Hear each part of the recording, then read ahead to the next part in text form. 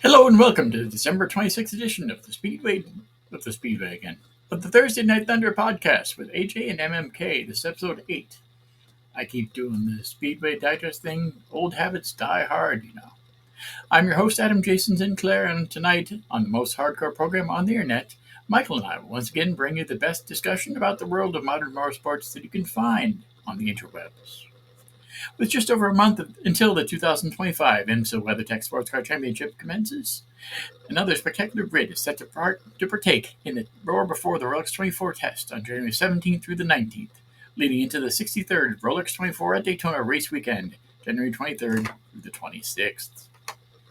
Most of the 61 inner cars have their lineup set, while a handful are yet to be announced in the coming weeks prior to the on-track activity. Per usual, the high volume of full-season IMSA stars and a bevy of Rolex 24 editions from other championships provide an excellent caliber of competition. We're still standing by for Michael to join us. Should be here momentarily. Let's see. There she is. Okay. I'm really looking forward to the Rolex 24 this year, but let's go ahead and get Michael to start on our little discussion about it.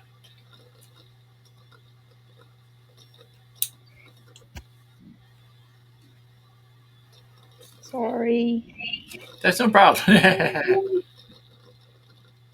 Shoot. It's the day after Okay. Christmas. Santa Claus has you can tell. Maybe it was that cocktail I had last night. Oh my gosh.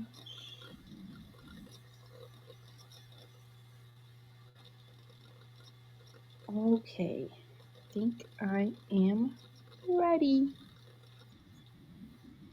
There we go. Here are some initial storylines to follow based on what we know from the entry list. And of course, subject is to change.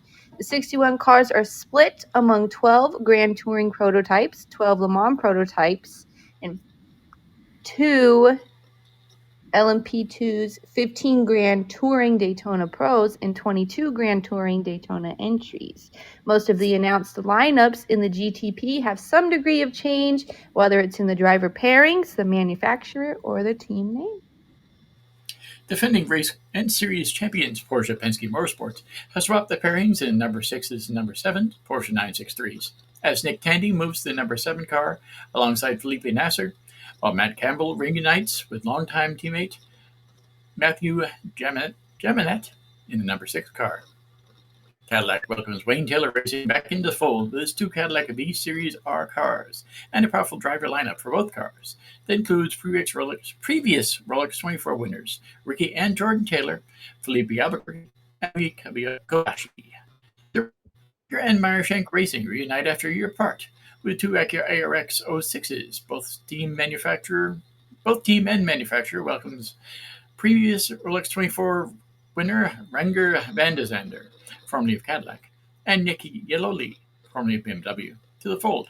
The MSR team has won the Rolex 24 in each of his past 2 appearances in the Twice Around the Clock Classic with Colin Brown and Tom Blomqvist, both part of the lineup in 2023. Scott Dixon, the 6-time IndyCar champion and a 4-time Rolex 24 winner, 3-time IndyCar champion Alex Palou, rising IndyCar star Felix Rosenqvist, and Honda factory driver Kakunoshin Ota complete a fearsome lineup for the 2-car program. Cadillac Whelen had significant changes with Jack Aiken and Earl Bamber now spearheading its flagship number 31 car alongside emerging talents Frederick Vesti and Felipe Drugovich. BMW M Team RLL has an adjusted, mostly new lineup that includes ex-Formula One driver Kevin Magnussen, 2-time Rolex 24 winner Reen Rast, and 6 other sports car veterans, including past Rolex 24 class winner Philip Eng and their pair of BMW M8 hybrids. Lamborghini is due to debut its SC63 prototype at Daytona after skipping the race last year, with Romain Grosjean, Daniel Kvyat, and past Rolex 24 winners Mirko Bertolotti and Eduardo Mortar on board. Customer Porsche 963 entries from JDC Miller Motorsports and Proton Competition are yet to finalize their lineups. The dozen LMP2 class entries, all Orica 07 cars, feature no shortage of talent either. Four-time IMSA champion Dane Cameron, AO Racing, and four-time IndyCar champion Sebastian Bourdais, Tower Motorsports, are listed to enter the category after previous stints in GTP. AO's lineup also includes another young IndyCar driver, Christian Rasmussen, part of Era's winning lineup last year. Felipe Massa, the former Formula One driver, is back with Riley. Pratt Miller, long regarded for its GT program with Corvette Racing, adds an LMP2 entry that includes IndyCar drivers Callum Ilott and Pietro Fittipaldi. PR1 Mathiasen and Inter-Europol are set for separate programs after uniting to win the 2024 title, while TDS Racing seeks to add a full season crown to its Michelin Endurance Cup honors won last year. Era Motorsports seeks to defend its Rolex 24 win with three new drivers alongside three-time Rolex 24 winner Ryan Dazzle. CrowdStrike Racing by APR returns as well with two-time Rolex 24 winner Colton Herta among its lineup, and the balance of the class, United Autosports, USA, and Peckham Racing all could have winning potential at hand. Ahead of its fourth season, GTD Pro will field its largest car count of 15 cars, surpassing the previous mark of 13 on multiple occasions. Defending class champions AO Racing are back. Lauren Heinrich, now sharing the number 77 Rexy Porsche 911 GT3R, with new full-season co-driver Klaus Bachler, while title rivals Heart of Racing Team are back with its number 007 Aston Martin Vantage GT3 Evo, as the team waits to debut its Valkyrie GTP car until the mobile 12 hours of Sebring. The pair of entries from Corvette Racing by Pratt Miller Motorsports and Ford Multimatic Motorsports are back.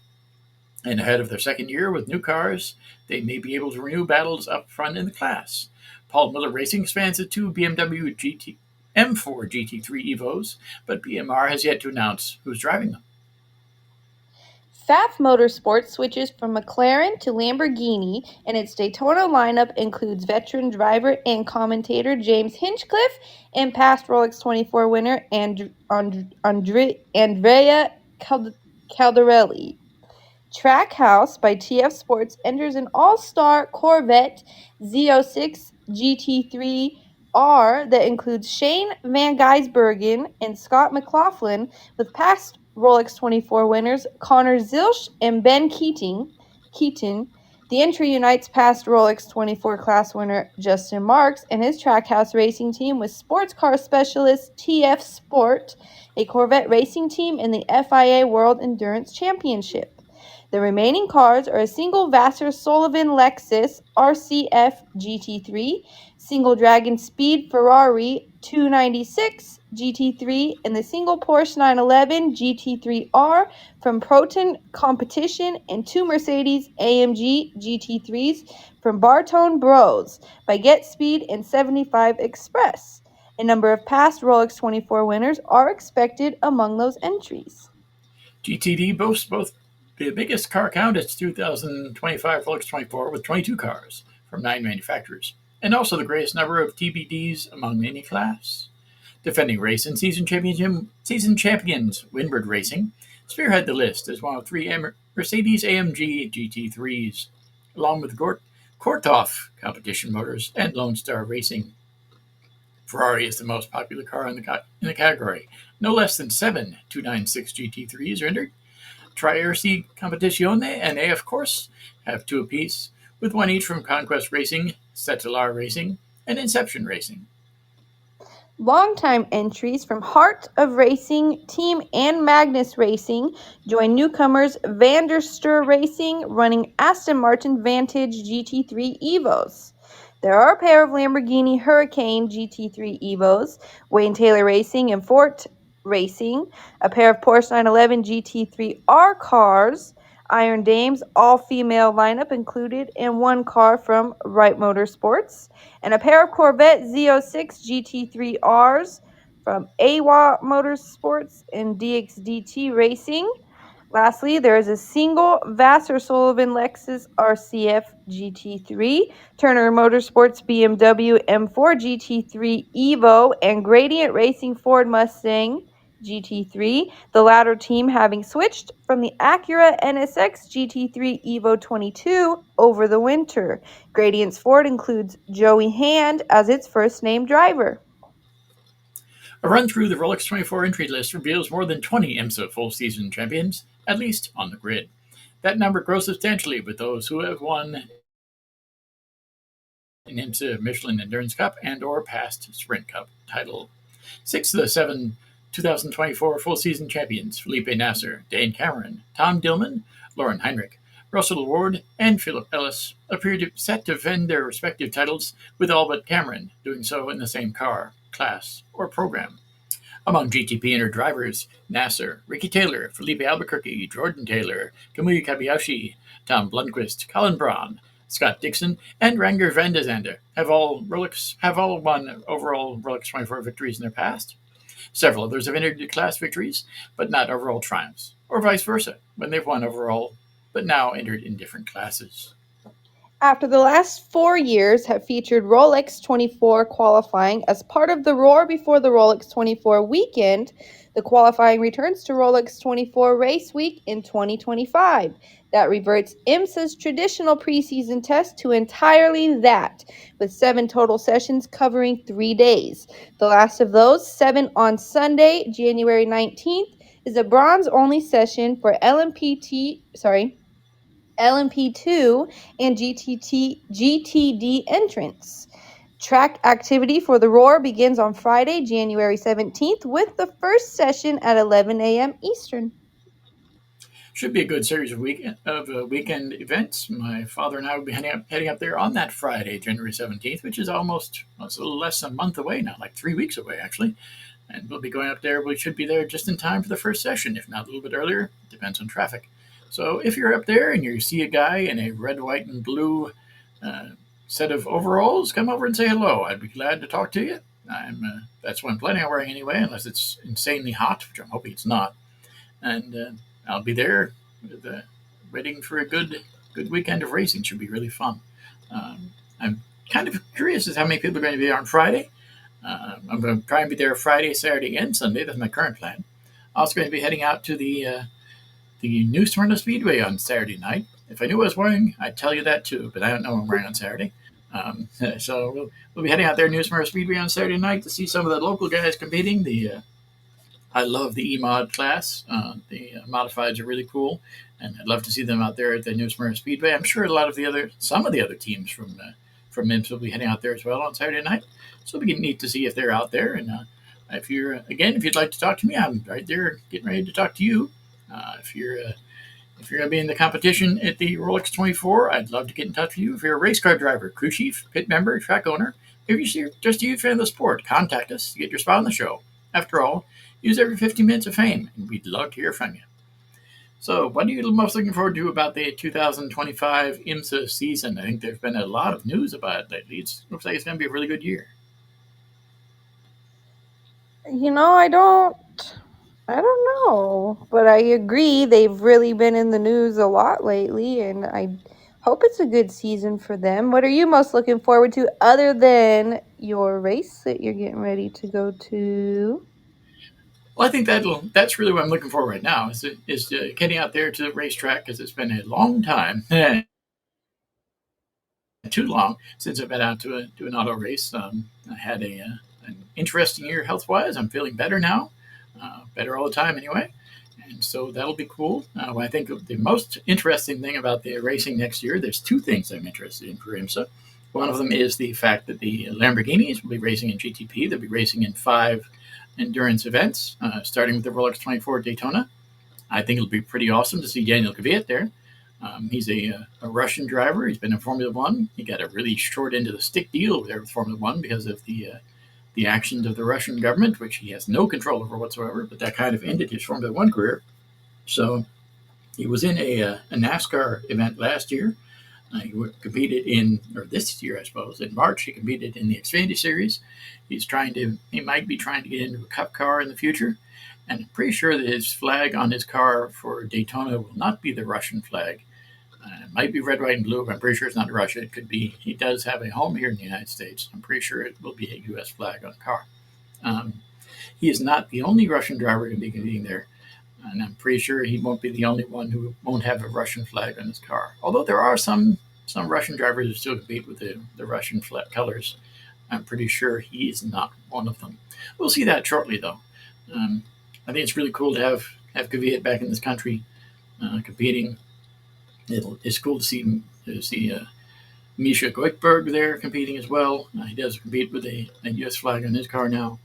And there's a lot of other drivers who are kind of giving the short end of the stick with the current political situation there with Russia and their war with Ukraine. So hopefully they end up getting a better deal now in the future. I know the incoming administration has some different ideas about how to deal with the Russian Federation. I don't think that there's any real good answers to that particular question, but hopefully it opens the door for more competitors from the Russian Federation and other countries to come back over here again. It's really good for racing. It's good for the overall sport.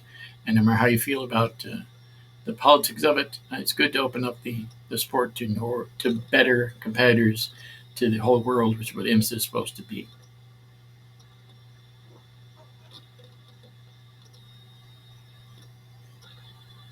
So that should be a really good event. I'm hoping that the weather is good. Part of the reason why we don't go to the 24-hour race, we haven't gone as much the past few years because the weather there was just bad that one year. It's been really cold, or it's really rainy, or it's cold and rainy. I'm hoping, just like this last year, that the weather is better. I'm hoping that my health works out well. I'm feeling pretty good. It is a lot of walking, and I'm trying to work my way up to that. We do have a plan if I'm not able to walk as much. I'm going to move the car around some and just doing short little hops and all that. But it should be really good, and I'm hoping it's going to be a really good weekend of racing. As I said, I'm reaching out to some of the guys here from IMSA in the next few days, trying to get some of them on the show, possibly early next year before the practice there, the weekend, or before the Rolex 24, possibly after. But we'll see how that goes. I know there's a large break between the Rolex 24 at Daytona and the second event, the Mobile 12 Hours of Sebring, Mobile 1 12 Hours of Sebring. So I don't have as many connections in the IMSA paddock as I used to, and that's kind of unfortunate. But I do have some good ones, and I'm hoping to talk to Tom Long anyway. Tom Long is the one of the representatives from Dark Horse Autosports, which works for Porsche and their customer teams.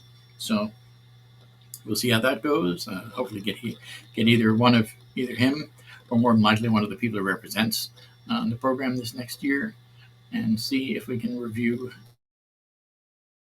some of the action there from Daytona. Possibly preview it, probably review it.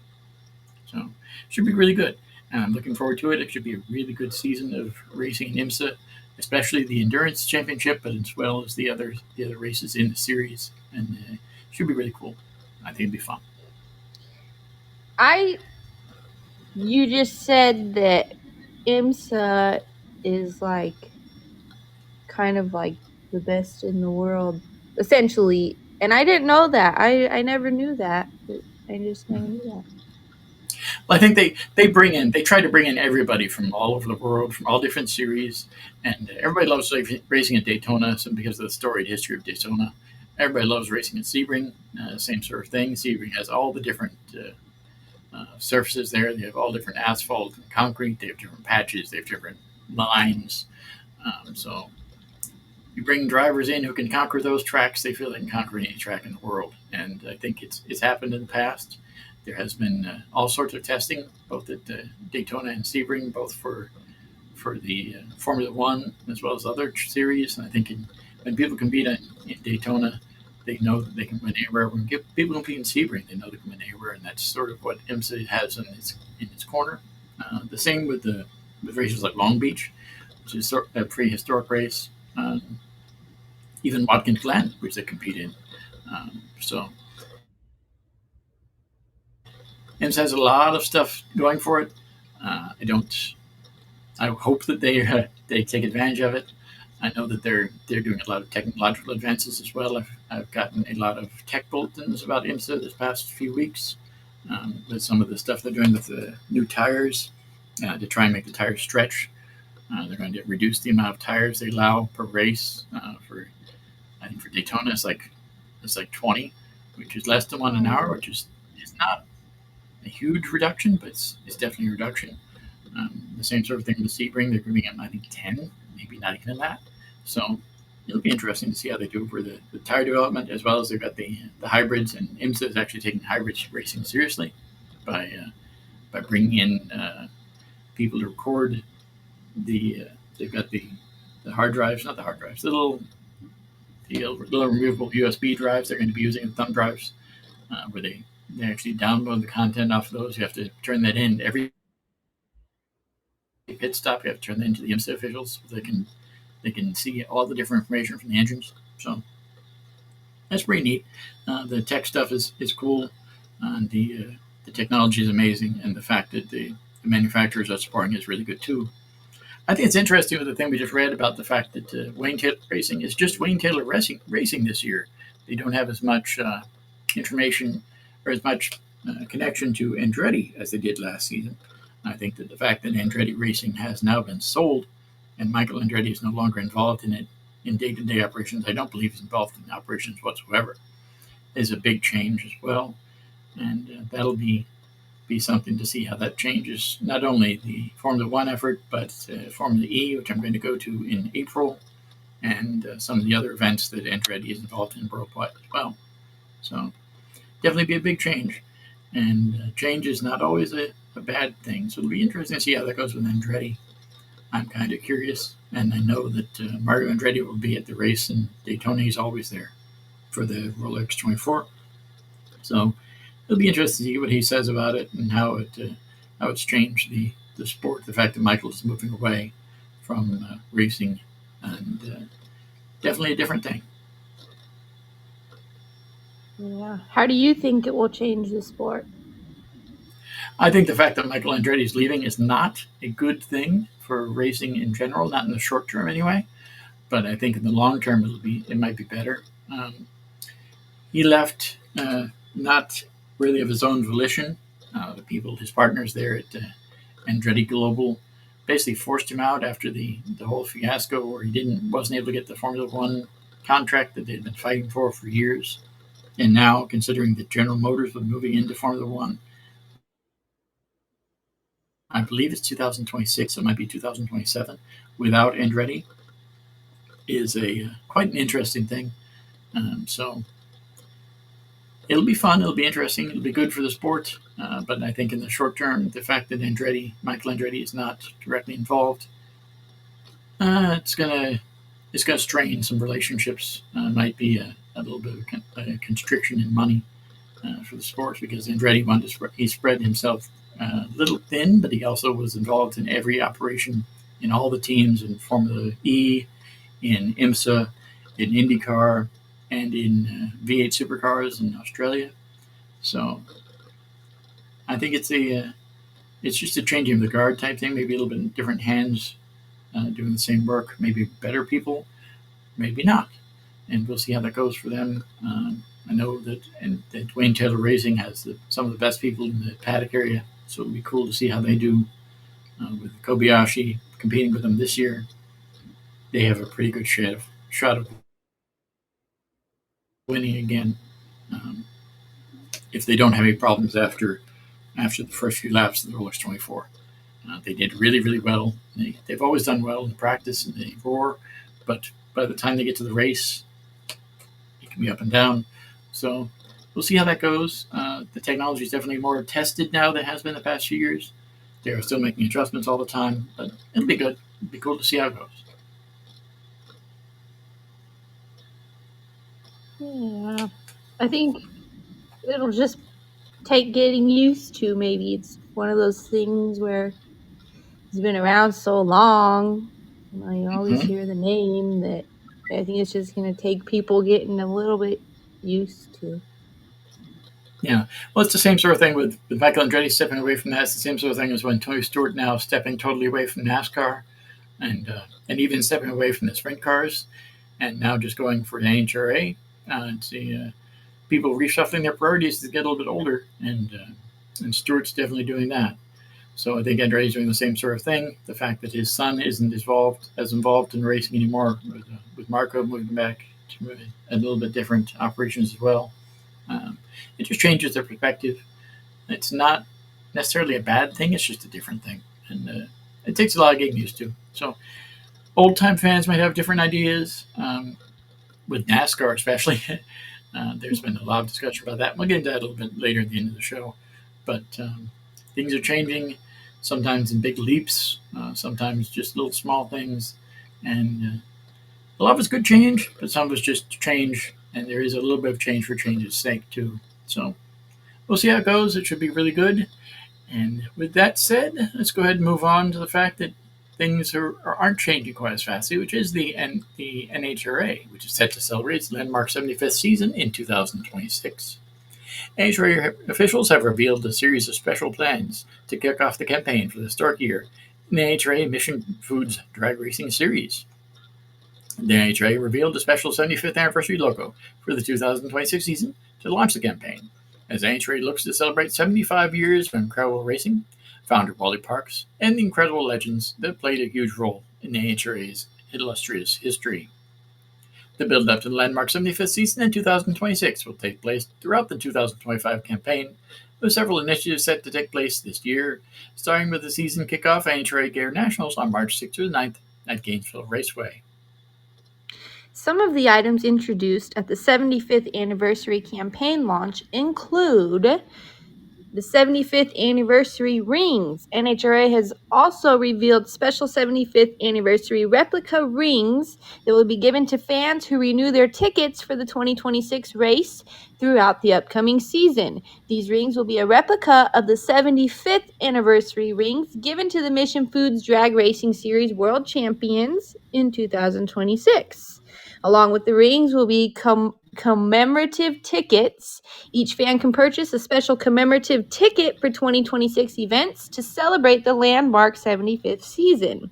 And special 2026 Wally trophies. The NHRA will introduce a new and unique Wally trophy that will be given to all race winners during the 2026 season. The 75th anniversary Wally will only be given out during the 2026 year. Wally Parks documentary, a comprehensive and first-time full-length documentary on iconic NHRA founder Wally Parks, will be released during the 2026 season. A top 75 driver list, much like the top 50 NHRA driver list that was released during the 50th anniversary season in 2001, the NHRA will release its top 75 driver list during the 2026 season. The top 75 drivers will also be released in book form. And 75th anniversary coffee table book. A high-quality hardcover coffee table book will be released in alignment with the 75th anniversary as a must-have for any fan, detailing the incredible history of the NHRA from its humble beginnings to its current status. Additional announcements and initiatives for the 75th anniversary season in 2026 will be released throughout the 2025 campaign. NHRA Legends will also be included in the year-long celebration that year, with appearances and special celebrations to be announced in the coming weeks and months. After over 2 decades of on-track success, Toyota Motor North America will conclude its participation in the NHRA Drag Racing Series competition following the upcoming 2025 season. Toyota currently provides its NHRA teams with tow vehicles, along with engineering technology and trackside support through TRD USA, which will continue through the balance of 2025 season. Toyota partners with AB Motorsports, DC Motorsports, Collider Motorsports, Ron Capps Motorsports, SCAG Racing's Top Fuel program, and Torrance Racing. TMNA first entered NHRA drag racing competition in 2002 and won for the first time at the Winter Nationals in March of 2004. Since then, Toyota has captured over 200 race wins, 12 world championships, including back-to-back titles in Top Fuel with Doug with Doug Coletta and Antron Brown, and enters 2025 with a 43 race final round consecutive streak. Toyota has also held the official car of the NHRA title since 2014 and won its first Manufacturers Cup championship this year. For more information on NHRA, including the 2025 full schedule, please visit www.nhra.com. I think there's a lot of interesting things happening in the NHRA. One of the big things, of course, is the fact that Toyota's leaving after this next season. They didn't make clear their entire reasons for doing that. I think the fact they've done really well, I think they want to leave on a high is one of the reasons. But there's also some changes in the economy and that sort of thing that have made some adjustments.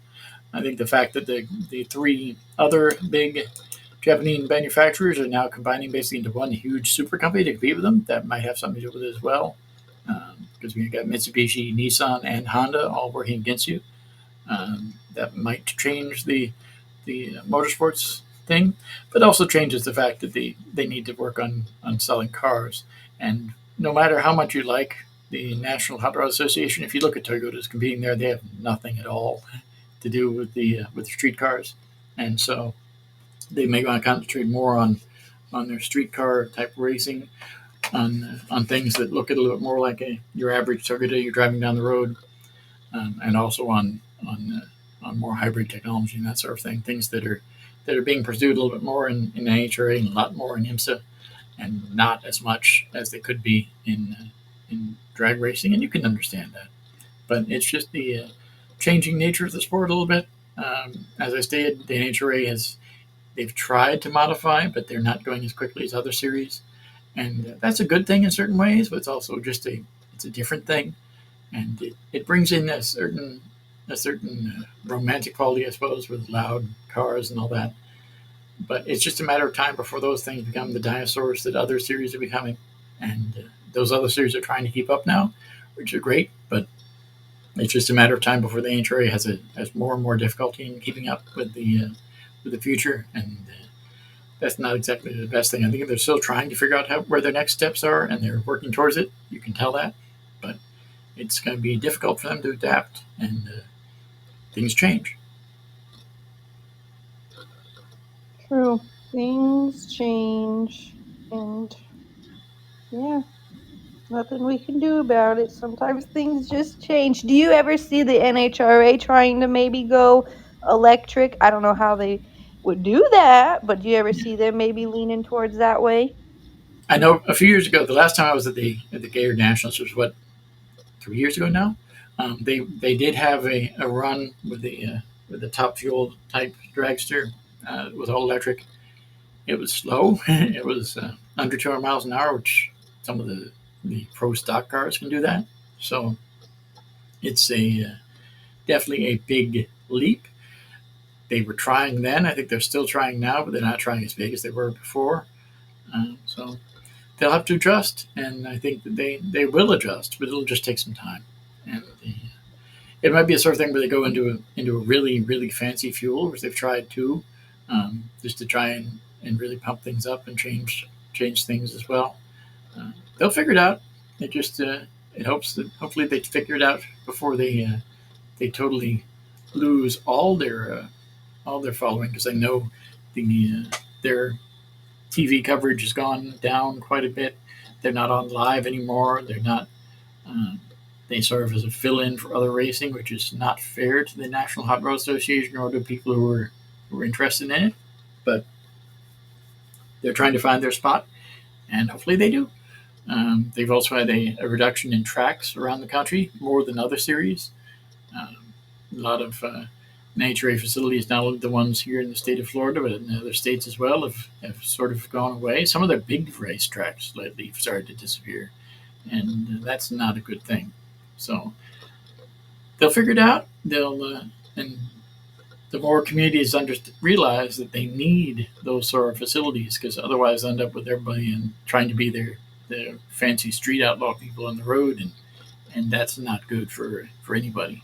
So we'll see how it goes. It should be really good. It could be really good, or could be not so good. But hopefully it's there's a future for the National Outdoor Association, that they can find their niche market and they can work on it. They can make it better.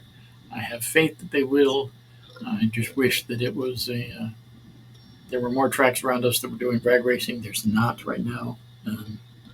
I'd have to travel, I suppose, 4 hours away now to get to a National Outdoor Association affiliate track. It's in Bradenton, which might be fun for some races, but 4 hours is still 4 hours. And it's 4 hours across roads that aren't the happiest in the state. There's not a lot of east-west roads in the state of Florida that go across that are anywhere convenient. So I'm sure it's the same in other states as well. It's just not. They need to figure out where they're going to put the tracks. They need to work on better public relations, work on getting people involved in supporting drag racing more than other series, I believe. Although they don't have a problem filling up their grandstands. But I think the reason for that is the fact that they're fewer and further between now. So hopefully they figure it out. Hopefully it gets better. Hopefully they're able to adapt to the future, and hopefully everything goes well. I have faith it will, but it's going to be a difficult process for the NHRA more than other series, I believe. Do you think that it's not really a problem, but do you think that one issue NHRA could have, and I'm only saying this because I've seen people comment on like, oh, the cars are, I'm not going to say slow, but they're expecting like more speed out of these guys, which, they're already going 300 miles an hour. I don't know what more these people want, but do you think that NHRA kind of set the bar kind of high with all of these insane speeds they're reaching, and now it's almost like people are expecting a little bit more out of them because they already set the bar so high? I don't Yeah, know. I think so. I think that could be part of it. Yeah, you can only have so many. The same sort of thing IndyCar did in the past, where the new track records and that sort of stuff. You can't set a track record every time you go out on the track, and after a while, it gets too. It just gets too dangerous. It's not feasible to push them that fast, that hard, that fast. You get to a point where you're the ultimate, the fastest these cars can go, and people want more and more and more, and they can't get it. They're not going to get it. So it's just not a realistic expectation to see something going 300 plus miles an hour when it's 300 plus. It's been 300 plus for almost a generation now, and they're not going to go much quicker than that unless they make some huge adjustments, and they're never going to make those adjustments.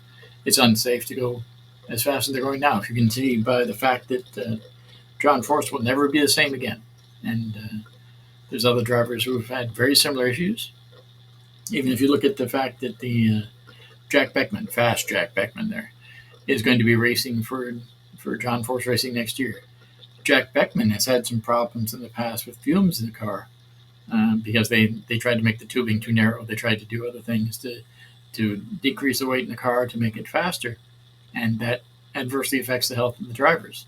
So you get to the point where you can only do so much, and they've tried to do so much for so long that they run into a wall, and I think that's where they are now. It's just they've gotten as fast as they can go without changing everything dramatically, and they can't change everything dramatically because it just wouldn't be safe. So they've got some problems, and like I said, they'll adapt to them. They have adapted really well in the past. Hopefully, they adapt well in the future. But they have to be different.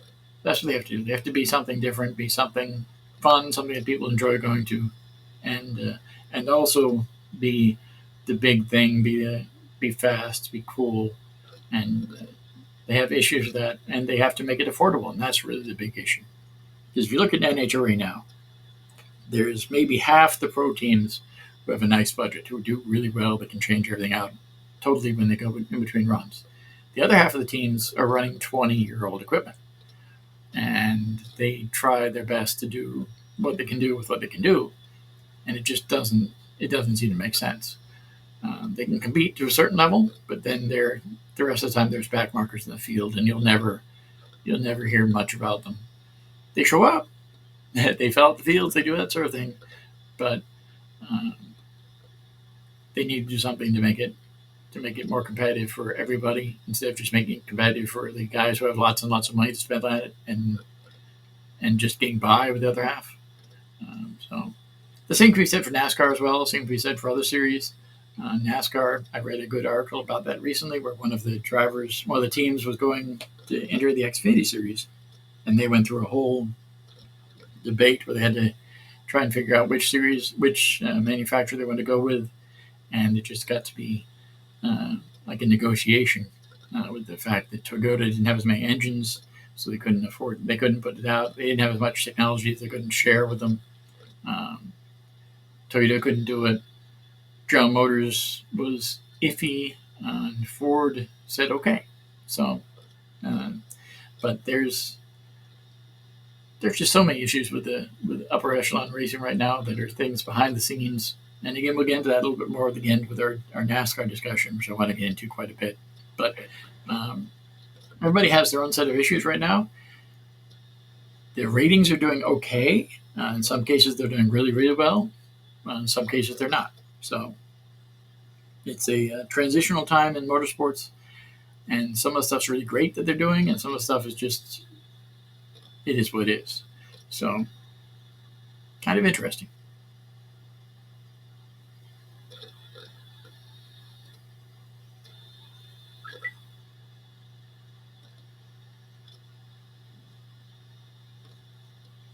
If you were in charge of the NHRA for, let's say, for 3 months, what would you change? What would you do to bring people in to change to make the sport better?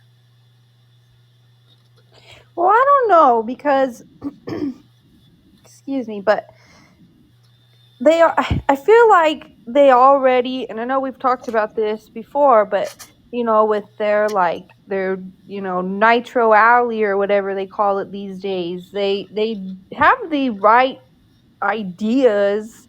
It's cool that the fans and stuff can get up close and personal with the cars and stuff. So they do have the right idea. I just don't know.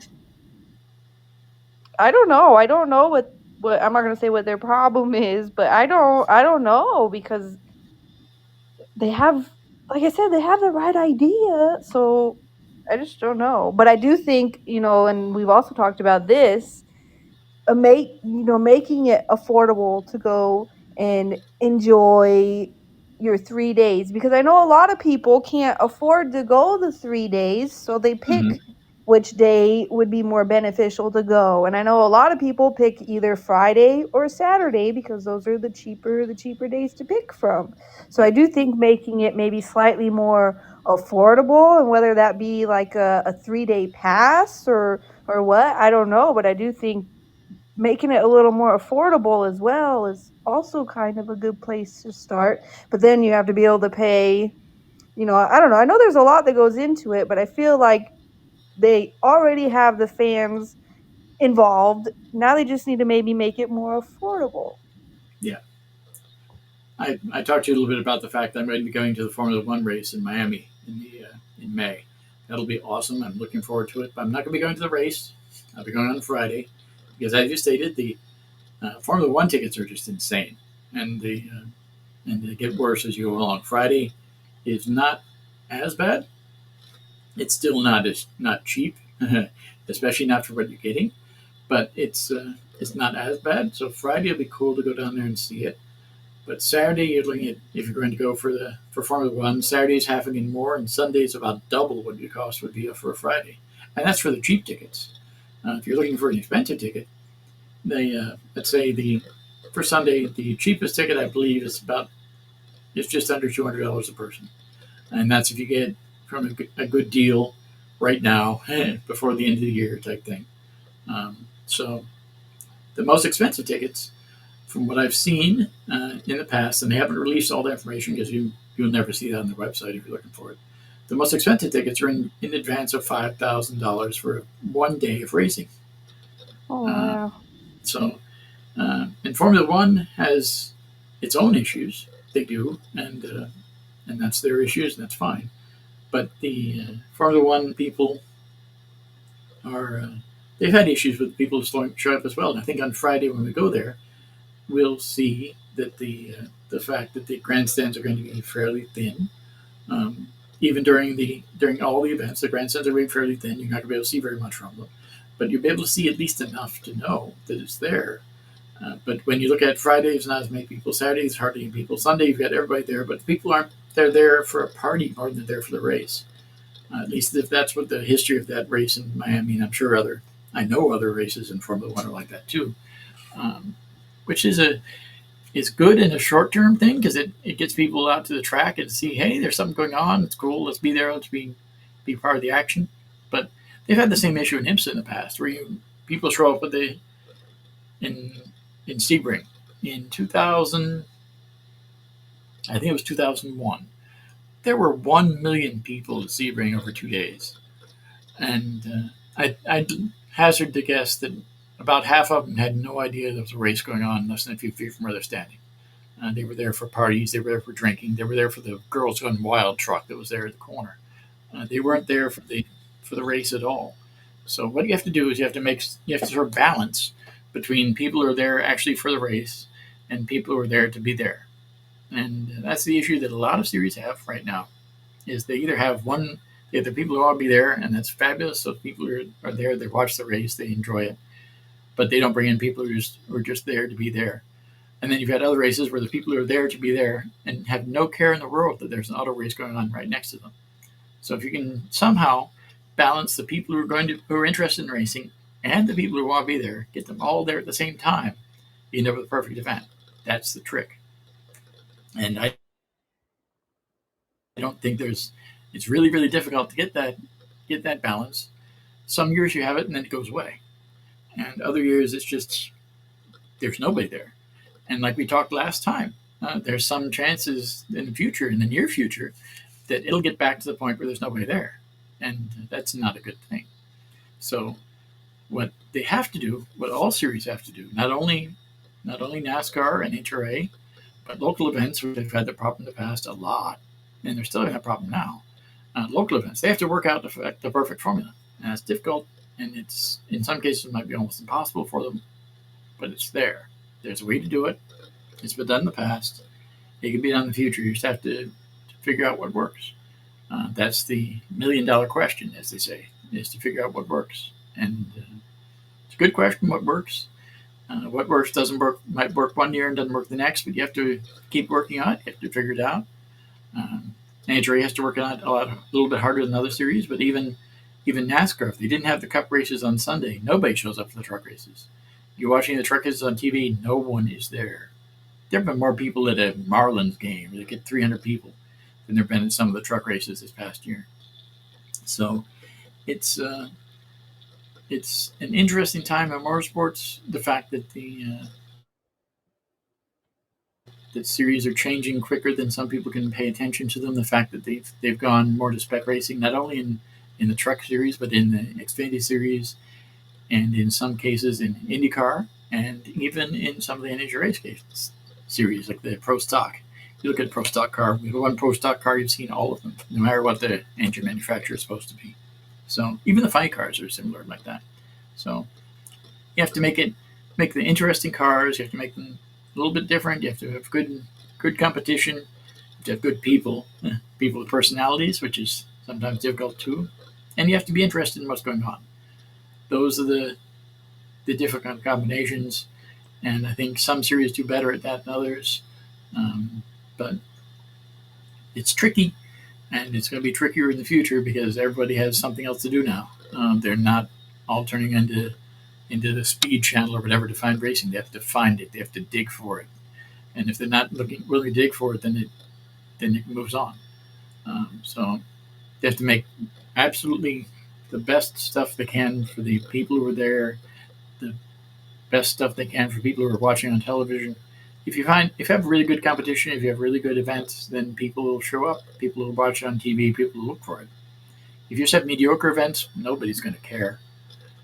Maybe a few people who like going care, but it's difficult. It's going to be interesting, and the next few years will redefine motorsports as a whole, with the fact that the technology is changing, that the people are moving away from internal combustion engines, perhaps not as quickly as we should. Sometimes people might say it quicker than we should, but you know, it's a it's going to be interesting. It's going to be really cool to see how it goes in some ways, and it'll be scary in others. But it'll be cool. It'll be neat. It'll be a lot of amazing technology out there. If the racing can adapt to it, that's fabulous, and I'm all here for it.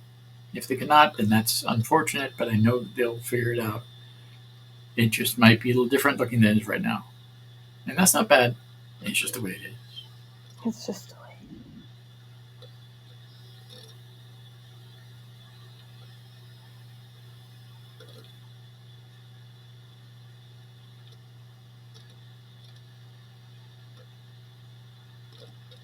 Did you get a chance to see any of the Snowball Derby? I know you watched a little bit of it the other day. Was that how do you think it went?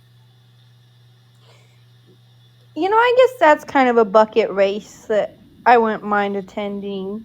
I forget about that race all the time, but it sounded like it went good. I enjoyed the little bit that I seen of it, and Mhm. yeah, I don't know. And it looks like it's a successful race. They had people there. They had a bunch of cars, and it's a successful race.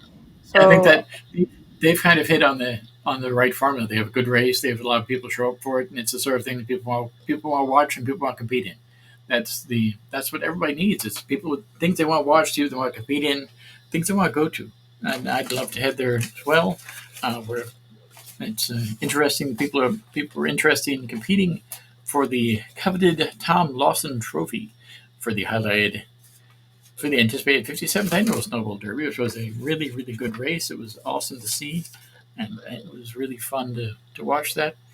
Of course, it's an independent race, considered by many as the most prestigious super late model race because of its all-star nature. Canadian standout Trayton Lapkovic has to wait another year to make that dream reality after suffering a mechanical issue on Sunday at Five Flags Speedway. Before the mechanical failure, Lapkovic embraced a second solid start to his second appearance in the Snowball Derby. Throughout the week leading to the high-pressure qualifying session on Friday night, his number 32 Everum Alrem racing a Ford Mustang showcased speed with competitive lap times in several practice efforts leading up to the two-lap time trials run.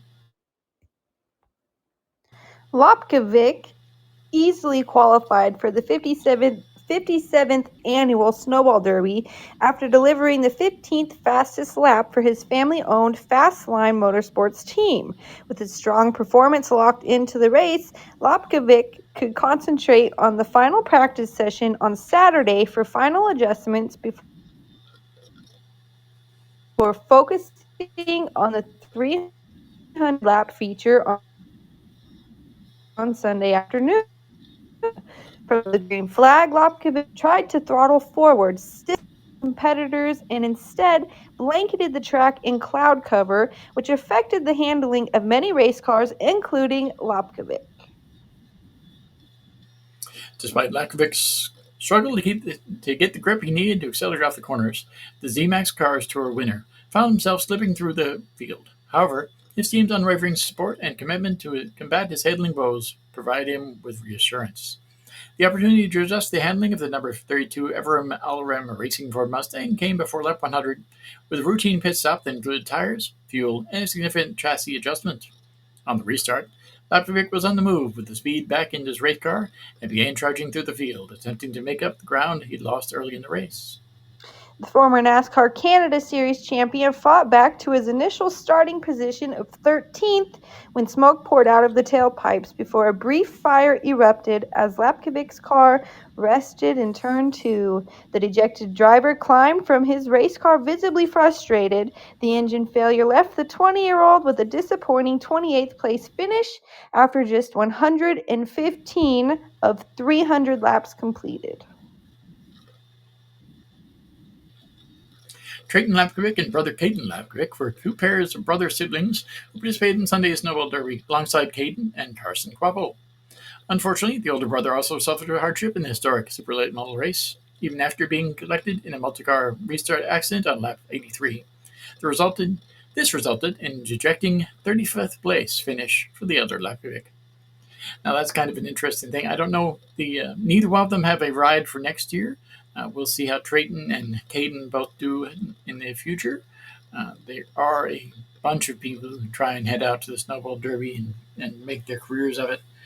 Some people end up doing really, really well. This was where a lot of NASCAR drivers have gotten their start, especially recently. So they're all trying for the next big thing. And the fact that Snowball Derby is a marquee event for some people, it's a great way to get your foot in the door for certain teams, and it's a great way to get going, especially even if you don't have any support aside from yourself and your family, your immediate family. I watched an interview the other day before the race was going with one of the teams, and the guy said that it was they. Bob Dillner asked him about his team size. He said, "Yeah, it's just me, my dad, and my buddy. And if we have to pit the car, we put our hands up in the air, and a lot of people just show up for us." There's a lot to be said about that in racing. That used to be the way that all racing was going, especially in stock cars. In NASCAR, that used to be the way it goes, with people just sort of showing up on weekends to be in the pit road. That would never happen today, but there's a lot to be said for that. It's kind of cool. I know that but there's a lot of things in this country that are slowing that down. There's tracks shutting down all over the country still. Small tracks, things that get people going in racing, get people interested in heading out to the track. They're disappearing everywhere. It's not a good thing. And if you have a chance to head out to your local track, be sure to do that. They need your support more than ever right now. Things are changing. As I stated, people have so many options to do things now. And one of those options would be heading out to the local short track, heading out and enjoying local racing, whether it's an NHRA event or a short track event, or even a sports car type road course event. Head out to your local track, support them, because if they don't have your support, they might just disappear, and that's a horrible thing when it happens.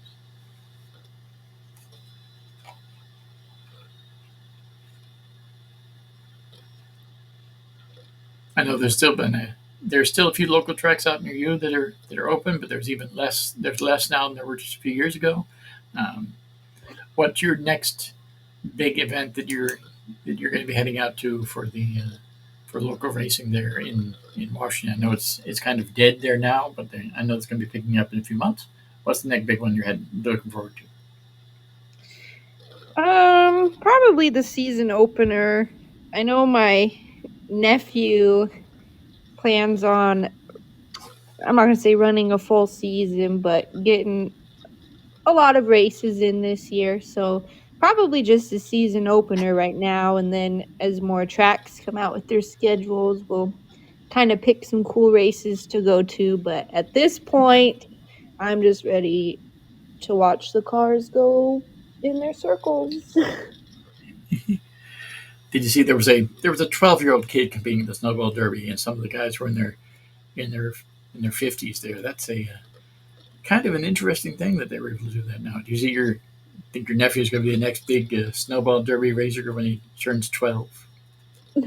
No, probably not, but he enjoys it. He's been into this sport since he was like 2. I Mhm. swear the kid sleeps and breathes race cars, so it's just kind of neat to at least watch him tinker and drive his little car. Whether he goes anywhere with it or not, I'm still just so proud to watch the little guy. I'm sure your son will be the next big thing then. That's it. Yeah, watch out for that. We've already kind of tossed around maybe getting him a go-kart just so Mhm. he really does good in his Power Wheels. He's got like a mini golf cart that he drives around, and he's got like a Spider-Man car that he drives around in the yard. So I think he would do all right with a go-kart, and then just kind of feel it out, see if he's going to like it. Hopefully he does. He enjoys going to the races, so I can only hope that one day he enjoys driving. There you go. Well, with that, it's been an awesome year here on the Thursday Night Thunder. We haven't had very many episodes. The ones we have had have been pretty good. We did have a little bit of a break this year. I'd say that with a little bit of snicker in my voice there, but it was a good year overall with this show. Which was better. Next year will be really, really good. As I stated, we're not going to take as much time off this off season because, as you know, racing never really has an off season now. So there's always something to talk about, and we look forward to our next show, which I believe we're going to go ahead and aim for another 2 weeks down the road here. Probably on, let's aim for the 9th of January. So it'll be a couple more weeks down the road here, and we'll see how that goes. As I stated, I'm going to try and get some guys on from IMSA. Probably, if I can get him on that week, that'd be awesome. And we can go ahead and do that. If we can't, we'll still go ahead and preview the Rolex 24 and the Aurora for the Rolex 24 on the 9th, and we'll try and do that again the following week. And so we'll get the racing season definitely warming up. The Snowball Derby is kind of an unofficial end to the late model series, but it is going to be warming up again in just a few weeks with the Aurora before the Rolex 24. So, as I stated, about 2 weeks we'll go ahead and get back into it. For right now, I'd like to wish all of you a Happy New Year, and hopefully you had a wonderful Christmas holiday yesterday. Be sure to check out past episodes of Thursday Night Thunder, as well as the shows on the Speedway Digest Radio Network at blogtalkradio.com/Speedway Digest Radio. While I'm thinking about it, I'd like to wish my best wishes to Tim Despain, the former host of the Pit Stop on Speedway Digest Radio. He's currently having some health issues there in Montgomery, Alabama, which he lives in Talladega. So hopefully he does really well. Our thoughts and prayers are with you, buddy. We hope you're doing okay. You can also check out the show on Facebook by visiting facebook.com/SD Thursday Night Thunder. Listen to previous episodes of this show at Thursday Night Thunder Podcast.podbean.com. This program will be posted on the Podbean site probably either tomorrow or at the latest on Saturday or Sunday, but I'm going to try my best to get up there tomorrow. So be sure to listen in at Thursday Night Thunder Podcast.podbean.com. Also invite you to check out my new racing news site at motorsportsnewsandviews.wordpress.com. Been trying to keep that a little bit more up to date, although it's been basically a once a month thing. I did post a bunch of new articles the other day, so be sure to check those out. A lot of stuff about previewing the 2025 season, as well as some recaps about this year. So be sure to check that as well. In addition, if you're a fan of South Florida, and who isn't, be sure to check out the latest news and information about our slice of paradise and my travel blog for Borplum's Fantastic Finds, which can be found on Facebook at FABORPLUMBS Fantastic Finds, on Twitter at FABORPLUMBS, and by heading to For Borplum's Fantastic Finds, that's FABORPLUMBS Fantastic Finds.wordpress.com. Thank you for listening, and we look forward to seeing you again in 2 weeks in the Thunderdome as we discuss the major issues in the world of modern auto racing. Have a good night, and thank you again.